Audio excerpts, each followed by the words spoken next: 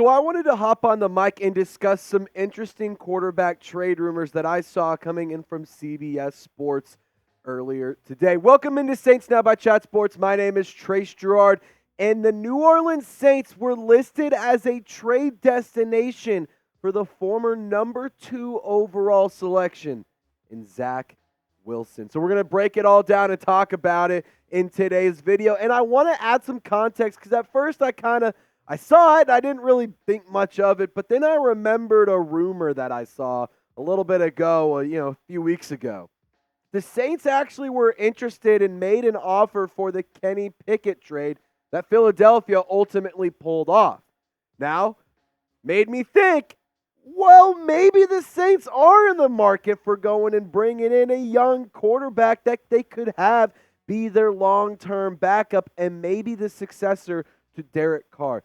But let's throw it over to CBS Sports and what they specifically had to say about Zach Wilson. There isn't exactly a strong market for the former top 3 pick whose erratic quarterbacking resulted in multiple demotions, but at just 24 years old with dual threat traits, Wilson could be a low-risk reclamation project for a contender. The return would almost certainly not exceed that which the Bears or Patriots got for Justin Fields or Mac Jones, respectively. But one thing's for sure, the Jets have had their fill with the aging but superior Aaron Rodgers once again back in the saddle. Now, before I give you my thoughts and talk about the fit for the team, are you interested in a Zach Wilson trade? Just give me a Y for yes or an N for no. I do believe it's an intriguing idea because at the end of the day, you have Nathan Peterman on your roster and you have Jake Haener. I think this is actually kind of an intriguing idea, but I want you to share your thoughts down below. Just give me a Y for yes or an N for no. Now, CBS did mention that this trade would not, exceed what the Mac Jones trade or the Justin Fields trade. So here's the Mac Jones trade. 2024 conditional 6th-round pick. Mac Jones, what a lot of people thought was going to be the next Tom Brady because he's, the not very mobile pocket passer quarterback, the guy who could be for the Patriots for the long, whatever. You know what I'm saying there. A lot of people were excited about that fit in New England. I personally thought it was going to be a decent fit as well. Didn't work out. Mac Jones headed down to Duval. But in the other trade that they discussed in CBS Sports article was the Justin Fields one, where the Bears got a 6th-round conditional pick that can turn into a 4th-round selection if he plays more than 50% of the snaps this year, if he is a starter. So right now, the Bears are getting a 6th-round selection in return. So if you're asking me, would I do this trade for a 7th rounder? Why the hell not? I would much rather have my quarterback 3 be Zach Wilson over Nathan Peterman. I would much rather have Jake Haener be my quarterback 3 over Nathan Peterman. And I think if you can have a dual threat guy like a Zach Wilson be your backup, maybe he does just need to sit and have a true strong offense and a strong team all around him. Because when you take a look at his career, the numbers, they are not good. I am not going to sit here and defend Wilson and say he's the best football player I have ever watched. But I do think that the numbers you see on screen are part of a story. I don't want to say they tell the full story, but they're part of the story. Zach Wilson hasn't played that great. The tape will show you that. But on top of that, it's not like he's been getting any favors. I mean, when you have more interceptions to touchdowns, it's not a good look. But when your best weapons are Tyler Conklin, Corey Davis, Garrett Wilson, who's great, by the way. I think Garrett Wilson is amazing. Not better than Chris Olave. But I think that Garrett Wilson is a good receiver. Corey Davis, it's all right. It's not bad. Breece Hall, it's good. That's a respectable running back. I do like Breece Hall a lot. Tyler Conklin, not bad. Elijah Moore, not even with the team anymore. He's in Cleveland. So that's my point. It's not like Zach Wilson has had the best offenses and the best weapons. He's had good. He hasn't had bad weapons in his entire career, but he hasn't gotten to reap the benefits of being in a comfortable system that he knows and he learns. And very quickly, they changed for Aaron Rodgers, and, he's the backup in that situation. So he's not getting the starting reps with the starting players. Like, again, I don't want to make it sound like I'm trying to defend Zach Wilson and say that he can be a great quarterback, but I do think that he has some interesting traits that wouldn't be bad for a backup. So pick a QB2 for me. Do you want to roll with Jake Haener, or do you like Zach Wilson, the Mormon mom hunter? Just give me a ZW or a JH in the comment section. But let's talk about Jake Haener, because there are qualities and there are attributes that I really like in this player. The preseason stats, it's not going to sit here and make you be like, holy cow, this guy has to be my starting quarterback today. No, not at all. But if you go back and remember the tape and you remember what Haener was able to do, he was able to come back after throwing an interception against the, at the time, defending Super Bowl champions and eventual back-to-back Super Bowl champions in the Kansas City Chiefs. He was able to go and drive downfield after making a mistake and score and lead them to a game-winning field goal like Blake Grupe. On top of that, he was productive. He managed the game well. He was very, it seemed like he was kind of comfortable. Again, this is a preseason setting, so it's not like it's going to be the sexiest tape and everything. But the depth chart for the New Orleans Saints, like I said, I'd much rather roll with Zach Wilson in this roster more than Nathan Peterman if I had to replace one of these guys. But I will say this, Peterman does have value because he's a smart player. He has a very high football IQ. John Gruden did keep Peterman around with Carr because of how smart of a player he was, and he could replicate a lot of offenses and a lot of different packages and styles, for the Raiders whenever he was as the practice squad, as the backup kind of guy. And on top of that, if you don't want to go and trade for a Zach Wilson or sign a guy that's in free agency, I think there's a lot of interesting draft targets in the middle to late rounds. You're not going to have to spend premium draft capital on these guys.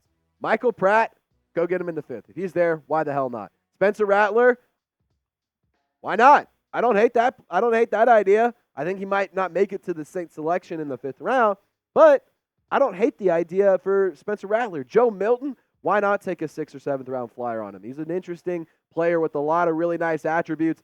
And at the end of the day, he's a fun player. Sam Hartman, not bad. He's not a great quarterback. Like I want to make one thing very clear. I don't think any of these guys are amazing, stellar, like franchise-altering players. If I'm proven wrong in a few years, I'll be the first to admit it. But I do like the idea of reuniting Sam Hartman and A.T. Perry from their time at Wake Forest together. Jordan Travis, I'm not very high on, but like if you want to bring in a guy in the late rounds or even as a UDFA, whatever. Why not make him the practice squad guy? But this is why you should subscribe, because we're bringing you guys coverage every single day. And we're going to have awesome live shows all throughout the rest of the offseason. We've been going live multiple times a week for the last few weeks. So be sure to subscribe and turn on your notifications. That way you can join us and you be a part of all of the fun. Plus, we give you guys interactive videos every single day that we like to hear from you in. But I want to talk some more about some trade buzz. Funny enough, sticking around with the Saints and the Jets. So maybe in a perfect world, if you guys like both of these ideas, you can just get both of these players and send a big package, whatever. Just, having fun with it. But I do like the idea of seeking out a trade for John Franklin Myers. He's a very versatile defensive lineman who's been pretty productive. Like, he signed a really nice deal, earned up to $55 million, I believe, was the contract. And the numbers for this player, first of all, the first thing I'm looking at, 17 games played, 17 games played, 16 games played, 15 games played. He's available. The best ability is availability. And on top of that, there's good sack production. It's not great. It's good. It's good, though. And if you pair him up with the likes of Cameron Jordan, Carl Granderson, Chase Young, maybe it gets better. But those pressure numbers, ladies and gentlemen, that right there makes me very happy. And I really would like that in New Orleans. 50-plus pressures the past 4 seasons in a row. That is something that the Saints can benefit from, because if it's pressures, they help. Pressures do help benefit the defense. Whether it's throwing the ball away, whether it's a quick 1-yard scramble rather than giving up a deep shot down the field, I think pressures are a valuable metric to look at, especially when evaluating defensive linemen. And on top of that, the Saints wouldn't have to pay more than $14 million. Right now, they have about $8.8 around $8.5 million in cap space. That's per over the cap. But you can still restructure a lot of contracts on that roster to really free up a lot of money and be able to spend even more money in free agency. I do expect the Saints to do something like that here after the draft, maybe that's something that they could explore. So I don't hate this idea, and I'm going to give you guys more thoughts and more analysis as to why I like this idea here in a minute. But I got to give a big-time shout-out to Game Time, and it is my favorite ticketing app, and it's the number one ticketing app, in my opinion, in the whole wide world. Live events are supposed to be fun and stress-free, and with Game Time, it's the fast and easy way to buy tickets for all your sports, music, comedy shows, theater events, and all the live shows near you without all of the worry. With last minute deals, all-in prices and views from your seat and their best price guarantee, Game Time takes the guesswork out of buying tickets. So download the Game Time app, create an account, and use code CHATSPORTS. You see it at the bottom of your screen for $20 off your first purchase. Just this year alone, I've been able to take my girlfriend to go see the Red Clay Strays a couple times. We went and saw Tyler Halverson last weekend. And on top of that, the guys and I have been able to go enjoy some nights out at the Dallas Stars and Dallas Mavericks this year. It's been a lot of fun. Thanks to the Game Time app, been able to create a lot of memories. So one more time, download the Game Time app. Use that promo code at the bottom of your screen, CHATSPORTS. For $20 off your first purchase. Terms apply. Again, create an account and redeem code CHATSPORTS for $20 off. Download Game Time today. Last-minute tickets, lowest price guaranteed. So why I think that maybe bringing in a new defensive lineman, especially a guy like John Franklin Myers, is an idea that's smart is because you can use premium picks on offensive players, and God knows that the offense needs some help. Now, the offensive line is, in my opinion, the biggest draft need. That you need arguably two starting tackles. Realistically, one, maybe try it again with Trevor Penning, or maybe hopefully Ryan Ramchek's hopefully Ryan Ramchek is healthy, but you got to go get some offensive line draft targets. And so at the end of the day, any of these five guys on your screen right here, Olu Fashanu, Talisi Fuaga, Troy Fontenot, J.C. Latham, Amarius Mims, any one of those could be solid options. I love the idea of getting an Olu Fashanu. I think that right there needs to be the New Orleans Saints pick.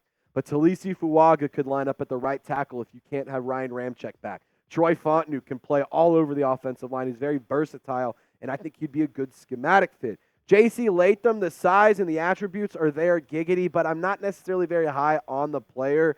In Amarius Mims, he is a bona fide right tackle. So if you want to go and grab a right tackle specifically, that might be your guy. But you can also maybe explore a pass catcher because Dennis Allen has been vocal that they're still exploring pass catching options, especially in the draft. And I do think that Brock Bowers is a player that the Saints are keeping on their radar, as well as Rome Odunze. I could see him being a really, really nice fit for Michael Thomas replacement. Xavier Legette, a big-bodied guy that's extremely, extremely entertaining and really intriguing as a prospect. Jatavion Sanders, he's a pass catcher, tight end out of the University of Texas. Didn't have a single drop last year, did meet with the New Orleans Saints. And Brian Thomas Jr., you guys know him, you guys love him. And one thing you'll realize and maybe recognize about all five of these players on your screen, they all fit a very specific prototype. Big-bodied, pass catcher. I don't need a speedster. I don't need somebody who's going to take the top off. I don't need somebody who's going to, dominate. I need somebody big. I need somebody who will dominate over the middle, and I need somebody who will be a contested catch ball specialist, making yards after catch, all of that kind of fun stuff. And on top of that, I think that this defensive line draft class is so deep. You don't necessarily have to go and get somebody in round one or in round two. I think you can wait to the 5th or 6th round to go and get a guy like a late round sleeper, Jalen Green. I talked about him before. I've actually mocked him to the Saints in one of my mock drafts in the 6th round. Look at the frickin' production for this kid. 50 tackles, 21 tackles for loss, 15.5 sacks. That is not a typo. He also had an interception and 2 forced fumbles. Jalen Green, I would love this pick in the middle to late rounds. This would be an excellent selection. That is why I think trading for a defensive lineman could make some sense. And on top of that, it does improve the defensive line depth because at the end of the day, I think that the Saints have a lot of good depth pieces, but I don't know if they have a ton of starting pieces. And hear me out here for just 1 second.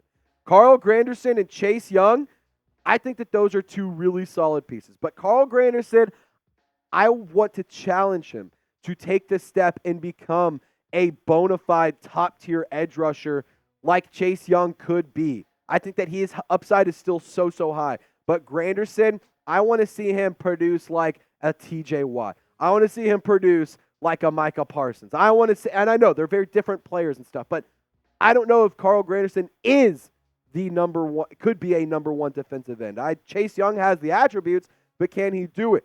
I think that these are all really good players on the defensive line, but I just want to see them be better. And that's, I think, one thing as fans we can all agree on. I love Carl Granderson. I love Chase Young. I love Cameron Jordan. Really like Tano Passanio and Isaiah Foskey. I think that those are great pieces, but I want to see a bona fide guy who can be I want to see somebody who can be the guy. That's what I'm trying to say. But you tell me, Saints fans, name a player that you want New Orleans to trade for. Have some fun with it. Honestly, like, get creative. You want to go grab Joe Burrow? Sure, let me know. But let me know what you offer for him. Like, it's not just gonna you're not just gonna get Joe Burrow for a 7th round pick, but maybe have a little bit of fun, go above and beyond, and throw in your trade package as well.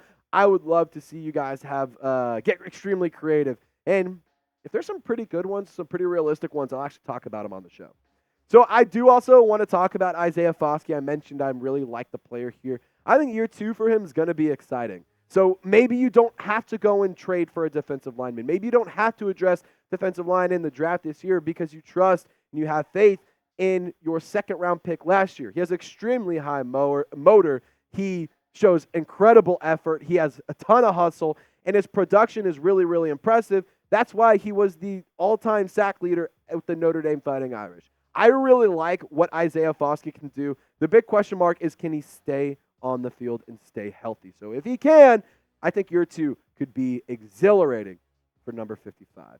So subscribe for me right now, Saints fans. If you made it to the end of the video, help a brother out and support your boy by hitting that big red sub button and locking us in. And as always, y'all stay golden. Live show tomorrow at 4 p.m. Central Time. See you then.